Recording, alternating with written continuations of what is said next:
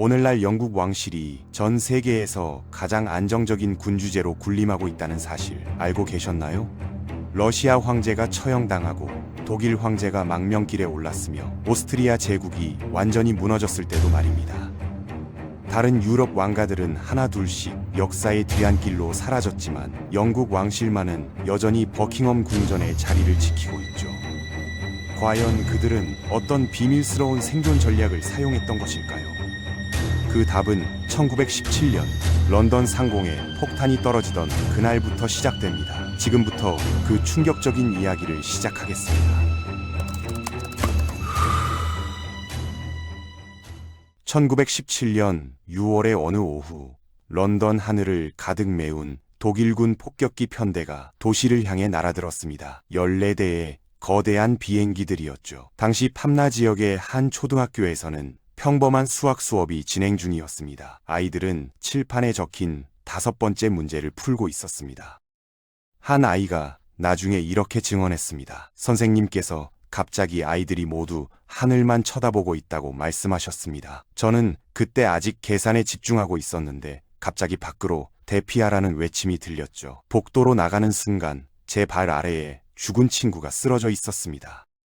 그날 하루 동안 런던 곳곳에서 160명이 넘는 사람들이 목숨을 잃었습니다. 그중 18명은 어린 학생들이었습니다. 이것은 지금까지 경험해보지 못한 완전히 새로운 전쟁의 모습이었죠. 군인이 아닌 민간인을, 그것도 아이들을 직접 겨냥한 공포스러운 공격이었으니까요. 더욱 충격적인 사실은 이 폭격기의 이름이었습니다. 고타라는 명칭이었는데 놀랍게도 이것은 당시 영국 왕실의 공식 성씨 일부와 정확히 같았습니다. 섹슨 코브르크 고타.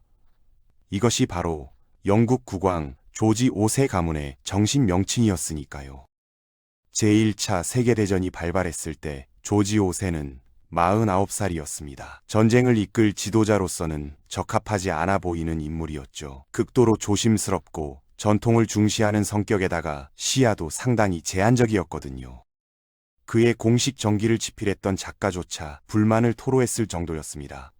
왕위에 오르기 전 20년 동안 꿩 사냥과 우표 모으기 외에는 특별히 한 게 없어 보인다고 말이죠. 지루하고 상상력도 부족한 조지 5세는 국민들에게 희생을 요구할 만한 카리스마가 없었습니다. 작가 웰스는 조지의 궁정을 외계에서 온 것처럼 낯설고 영감이라고는 찾아볼 수 없다고 신랄하게 비판했습니다. 조지 5세는 내가 영감은 없을지 몰라도 외계인은 아니다라고 반박했지만 사실 그는 정말로 외국인에 가까웠습니다. 사람들이 자주 잊는 사실이 있습니다. 윈저 왕가는 원래 독일 혈통이었다는 점이죠. 빅토리아 여왕은 독일 문화와 언어에 익숙했고 코브르크 출신의 엘버트 공과 결혼했습니다. 그들의 아들 에드워드 7세도 완전한 독일계였습니다. 조지 5세는 최초의 윈저 국왕이 되기는 했지만 어머니가 덴네크 공주였기에 절반은 독일, 절반은 덴마크 혈통이었습니다. 엄밀히 따지면 영국 피는 한 방울도 섞이지 않은 셈이었죠. 빅토리아 여왕과 엘버트 공의 자녀 9명 중 8명이 제1차 대전 전에 유럽 각국 왕족들과 혼인했습니다. 이들은 거대한 왕족 네트워크를 구축하고 있었습니다. 빅토리아 여왕의 손자와 증손자들이 유럽 곳곳의 왕좌에 앉아서 서로 사촌끼리 결혼하는 복잡한 가족 관계망이었습니다. 조지 5세는 러시아 황제 니콜라이 2세, 독일 황제 비렐름 2세와 사촌 관계였습니다. 조지의 부인 메리 왕비 역시 독일계 혈통이었습니다. 조지 5세와 그의 친척들이 유럽 대륙 전역에 흩어져 있는 상황에서 왕은 아마도 이런 가족 관계가 빠른 해결을 가져다 줄 거라고 기대했을 겁니다. 전쟁도 몇 개월이면 끝날 거라는 희망을 품었겠죠. 국왕은 여전히 자신을 국제적인 왕족 공동체의 일원으로 생각하고 있었습니다. 문제는 대중의 감정을 완전히 오판했다는 점입니다. 전쟁이 시작되자 각지에서 반독일 폭동이 터져나왔거든요. 한 증언자의 회상입니다. 할아버지는 독일 남서부 지역 출신으로 사우스 실즈에서 작은 가게를 운영하셨습니다. 성이 자이치였는데 누가 봐도 영국 이름이 아니었죠. 가게 위 간판이 너무 눈에 띄어서 표적이 되고 말았습니다. 시장 광장에 수많은 사람들이 모여 벽돌을 던지기 시작했는데 할머니와 14살 이모, 어린 동생들, 그리고 3살짜리 어머니가 모두 그 안에 있었습니다. 벽돌이 창문을 깨고 날아들 때 모두가 공포에 떨었죠. 왕은 인식하지 못했지만 독일과 연결된 모든 것들이 증오의 대상이 되고 있었습니다. 심지어 길거리를 걷는 닥스훈트까지 발길질을 당할 정도였으니까요. 독일과 관련된 모든 것이 저주받은 존재가 되어버렸습니다. 독일과의 가장 분명한 연관성을 지닌 것은 다름 아닌 왕실 자체였습니다. 사상자가 계속 늘어나면서 정부는 강제 징병제를 시행했습니다. 1910년 여름 영국군은 솜 전투에서 엄청난 인명 손실을 겪었습니다. 국민들은 끝없는 전쟁과 죽어가는 사람들, 극심한 가난과 고통에 지쳐 있었습니다. 더 이상 참을 수 없는 지경에 이르렀죠. 낡은 질서, 즉 유럽의 거대한 군주제 시스템 자체가 흔들리기 시작했습니다. 1917년 3월 조지 5세는 사촌인 러시아 황제가 퇴위당했다는 충격적인 소식을 접했습니다. 이것은 국제왕족연합에 대한 첫 번째 강력한 타격이었고 조지에게는 극도로 개인적인 충격이었습니다. 어린 시절부터 왕과 황제는 함께 휴가를 보내곤 했고 언제나 가까운 사이였거든요. 조지는 일기에 여러 차례 니키에게 헌신한다고 적었을 정도였습니다. 니키가 진정한 영혼의 친구라고 느꼈고 왕과 마음을 터놓고 대화할 수 있는 유일한 사람이었죠. 왕은 황제에게 전보를 보냈습니다. 지난주 사건들이 나를 깊이 괴롭히고 있습니다. 내 마음은 항상 당신과 함께하고 과거가 그랬듯이 나는 영원히 당신의 진실하고 헌신적인 친구로 남겠습니다.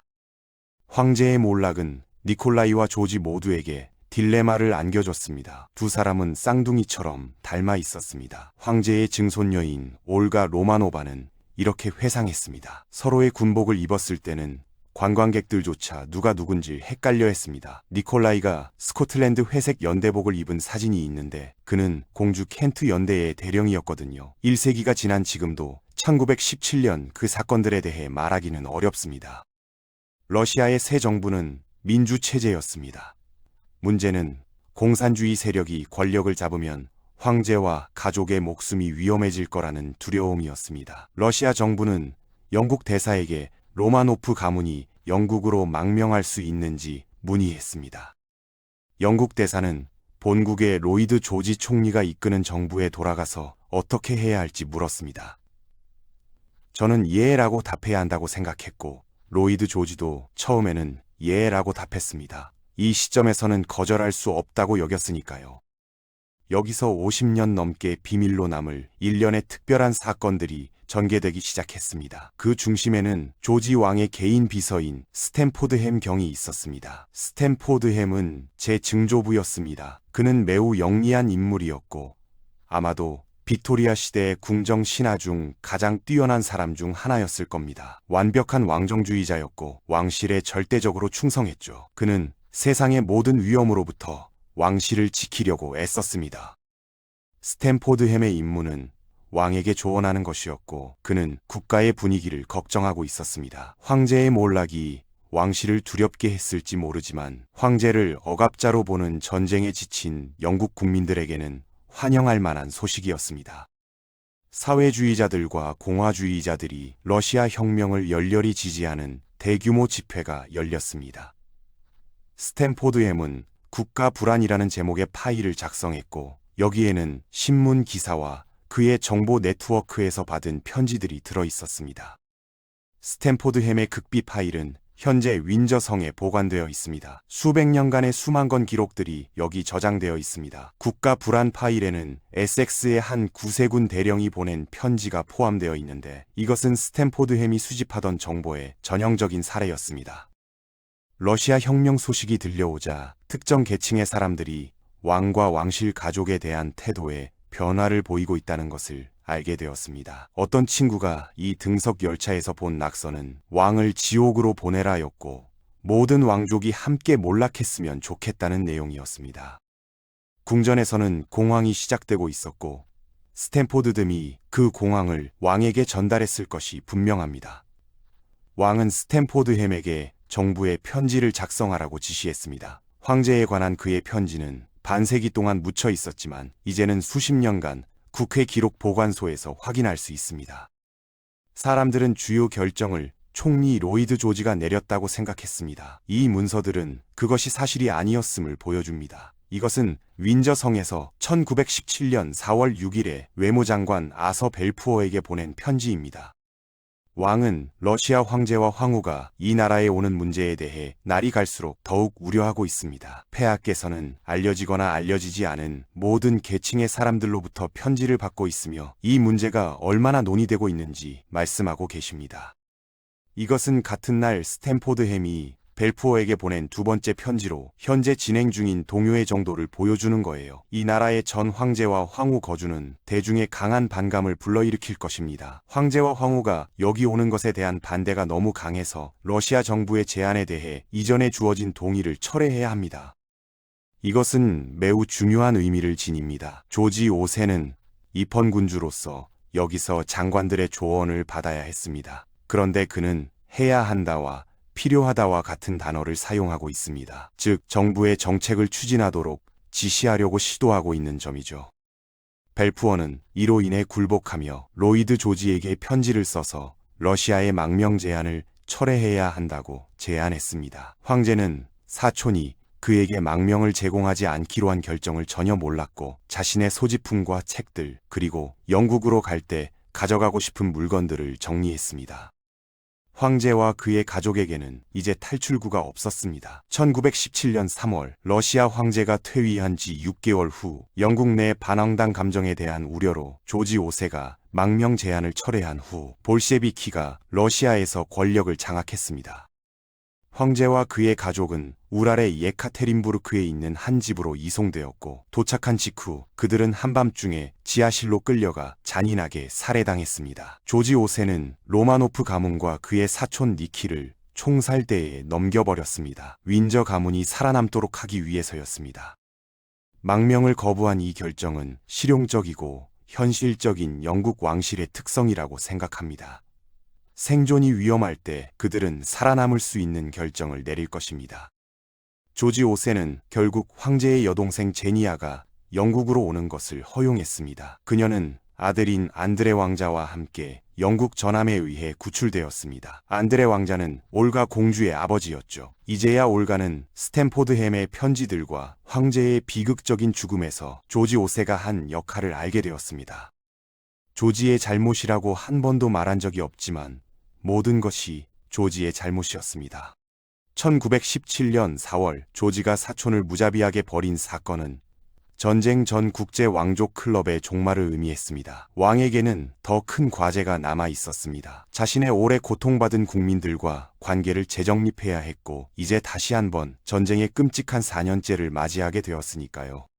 1917년 봄에 주도권을 잡은 것은 그의 개인 비서인 스탠포드햄 경이었습니다. 그는 군주제의 미래에 대한 전략을 제시하는 역사적인 메모를 작성했습니다. 우리는 사고하는 노동계급, 사회주의자들 및 기타 계층들이 왕관을 단순한 명목상의 상징이 아닌 모든 계급의 이익과 사회 복지에 영향을 미치는 살아있고 강력한 힘으로 여기도록 유도해야 합니다.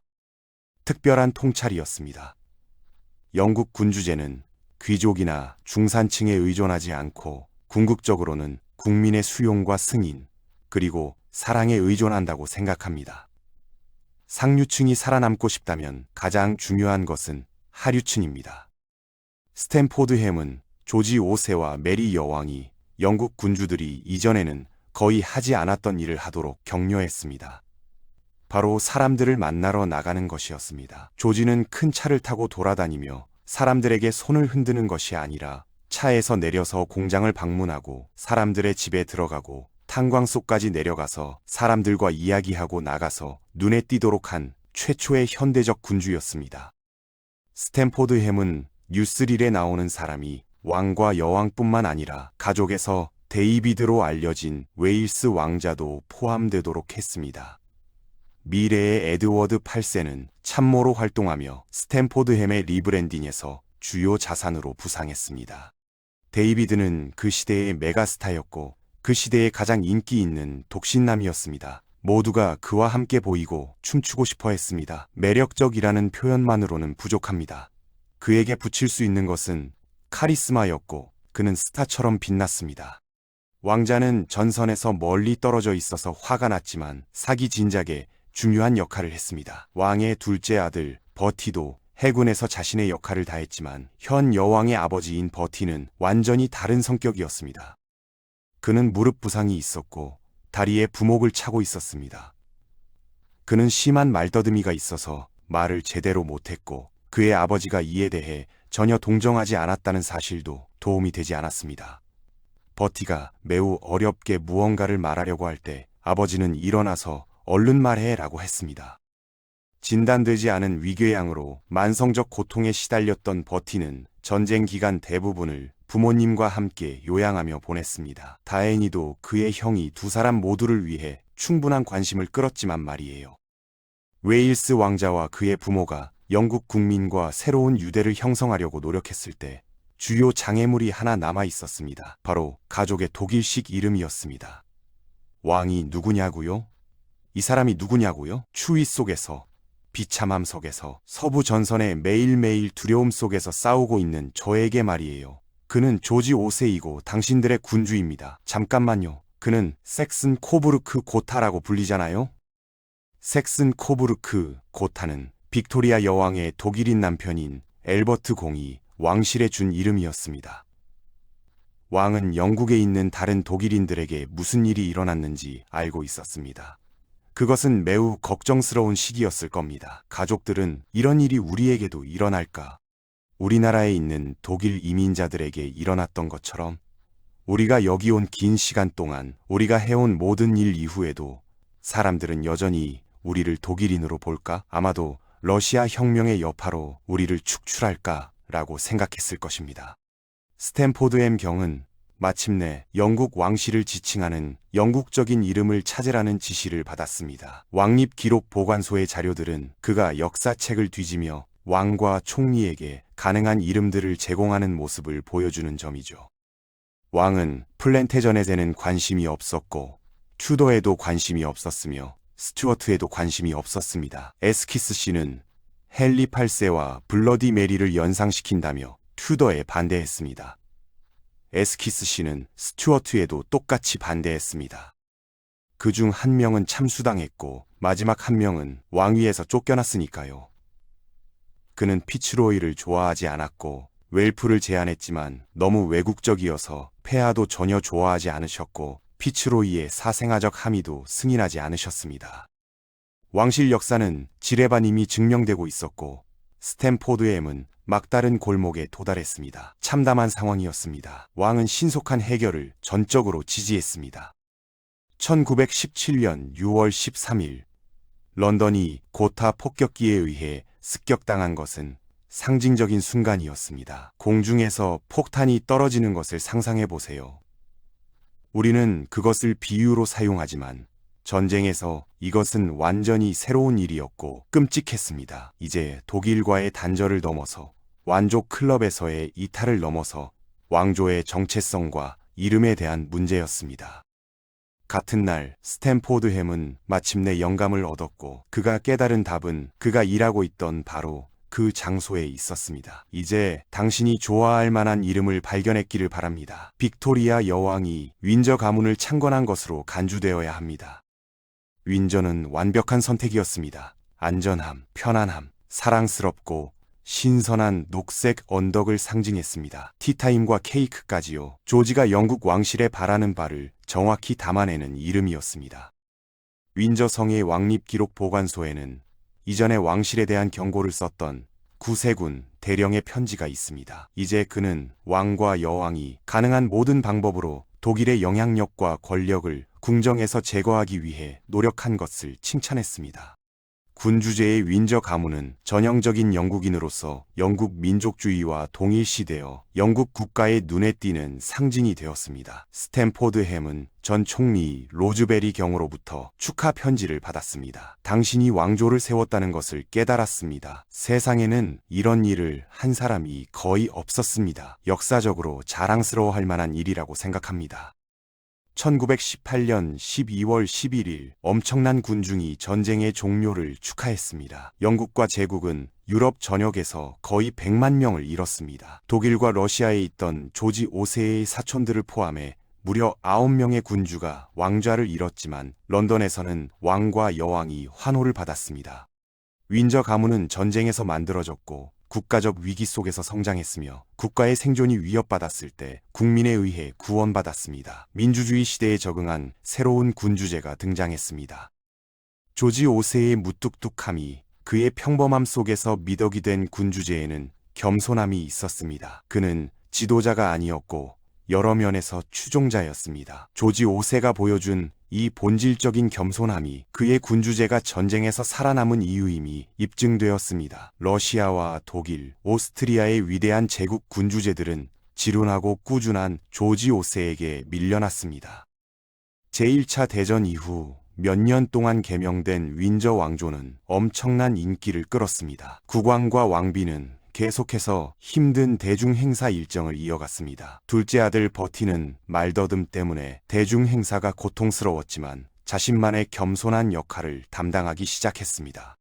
한편 계속해서 모든 관심을 끌었던 것은 형인 데이비드, 웨일스 왕자였습니다. 그는 헤드라인을 장식하는 일련의 세계 순방에 나섰고 스타 왕자로서 엄청나게 성공했습니다. 그는 전 세계적으로 유명해졌고 소년 같은 금발의 잘생긴 외모로 언론의 매력적인 왕자로 알려졌습니다. 표면 아래에는 긴장이 있었습니다. 조지 왕은 냉정하고 거만한 아버지였습니다. 한마디로 그는 형편없는 아버지였지만 양심적이었죠. 그는 아이들을 돌보는 법을 몰랐고 무뚝뚝하고 냉담했으며 괴롭히고 위협하고 화를 냈습니다. 그의 아이들이 자라면서 관계는 따뜻해지지 않았습니다. 그의 아이들에게 그는 엄격했습니다. 예를 들어 조지 5세는 아이들이 바지 주름을 앞뒤로 다리기 시작했을 때 그것이 경박하다고 생각했고 또한 아이들이 턴업을 입기 시작했을 때도 조지 5세는 이런 기준을 정했습니다. 그는 이런 것들을 지적했고 그들이 무엇을 하든 제대로 하지 않은 것을 찾아냈습니다. 그의 가장 큰 아들과의 관계는 이때 특히 어려웠습니다. 웨일스 왕자 데이비드는 기혼 여성인 프레다 더들리 워드와 불륜을 시작했습니다. 자유당 의원의 아내였죠.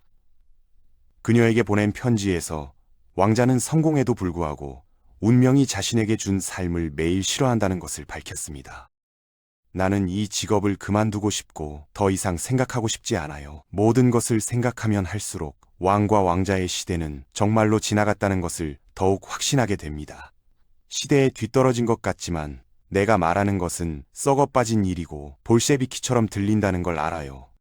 1919년 크리스마스에 요크 코티지에 있던 그의 부모님 집에서 프레다에게 보낸 편지는 그가 그곳을 얼마나 싫어하고 그녀를 얼마나 그리워했는지 의심의 여지가 없게 합니다. 사랑해요, 사랑해요, 자기야.